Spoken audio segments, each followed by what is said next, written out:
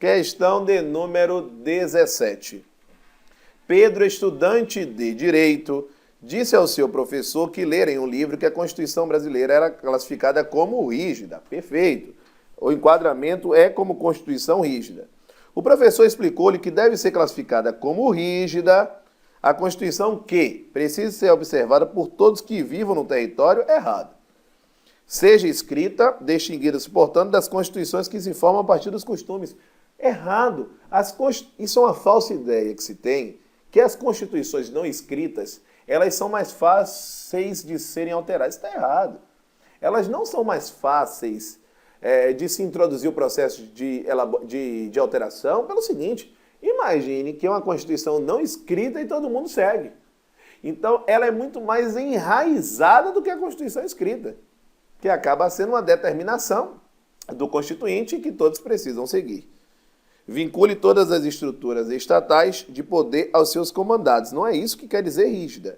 Só possa ser reformada mediante processo legislativo qualificado, que é um processo de alteração diferente das leis comuns, mais complexo que o comum perfeito. E não possa ser revogada por outra Constituição nenhuma relação, ainda que haja uma revolução. Errado. Então, a questão 17, nós ficamos com a letra D. Vamos lá, galera. Questão de número 18. Edilberto, advogado constitucionalista, idealizou um modelo constitucional com as seguintes características. Olha só. A primeira parte não poderia sofrer qualquer tipo de alteração, devendo permanecer imutável. Então, nós temos aqui a primeira parte. A segunda parte poderia ser alterada a partir de um processo legislativo qualificado. Ou seja, quando eu falo em segunda parte, eu estou dizendo que ela é rígida. E a terceira poderia ser alterada com observância do mesmo processo legislativo afeta a legislação infraconstitucional. Então, automaticamente, eu estou dizendo que na terceira parte, ela é flexível. Então, veja que eu tenho uma Constituição que uma parte não muda, que é imutável, uma parte o processo é qualificado e outra parte o processo é comum.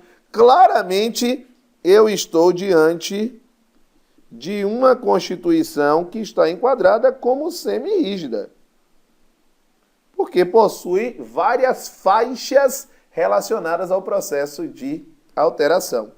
Então, vamos lá. À luz da classificação predominante das Constituições, é correto afirmar que uma Constituição dessa natureza seria classificada como, claramente, uma Constituição semi-rígida. Beleza? Vamos lá, próxima questão. Questão de número 19. A Constituição do Estado de Direito X, recém-promulgada, dispôs que certas normas nela inseridas eram insuscetíveis de alteração. Então, a primeira parte, imutáveis. Outras poderiam, 2, ser alteradas com observâncias de processo legislativo ordinário. Então, eu estou diante, nesse caso, de uma parte flexível. Flexível. Foi exatamente o que a gente tinha falado antes, flexível. Veja só. E 3, aquelas que exigiriam um processo mais complexo para a reforma. Aí eu estou falando de uma Constituição rígida.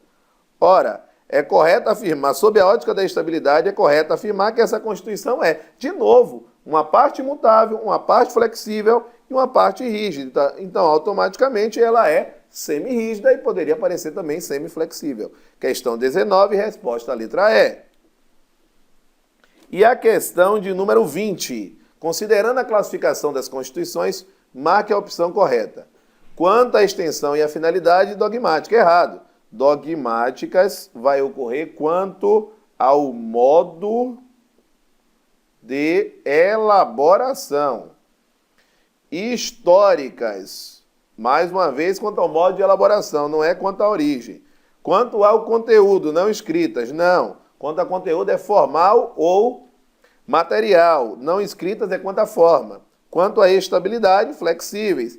Aí você vai dizer, mas a Constituição brasileira não é flexível, Alain. Mas a gente não falou em nenhum momento que era em relação à Constituição brasileira essa classificação. E quanto à origem, analíticas. Não, analítica envolve a extensão. Então, a questão de número 20, a resposta correta é a letra D. Beleza, galera? Questão de número 21, questão envolvendo organização do Estado brasileiro. Acerca das normas constitucionais aplicáveis ao regime federativo brasileiro, julgue o próximo item. As terras devolutas, ou seja, aquelas que voltaram ao domínio do Estado, devolutas de devolução, indispensáveis, atenção, defesa das fronteiras. Galera, defesa de fronteira envolve um cenário em que nós temos um direito que está sendo avaliado, mas que existe um interesse ou uma repercussão internacional. Ora, se tem repercussão internacional, a competência ou o bem só pode ser da União. E os terrenos de marinha, terreno de marinha também está ligado a um cenário em que o bem é de domínio também da União.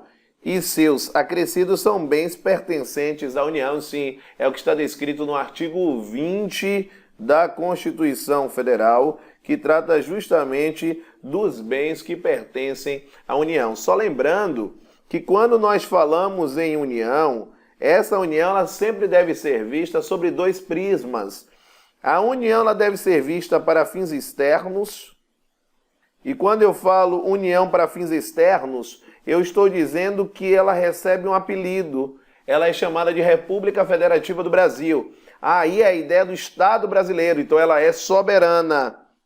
Quando a gente fala da união para fins internos, essa união para fins internos, qual é a ideia dela? Ela é dotada de autonomia, porque ela é simplesmente enquadrada na condição de um ente federativo. Então a questão de número 21, ela é uma questão correta.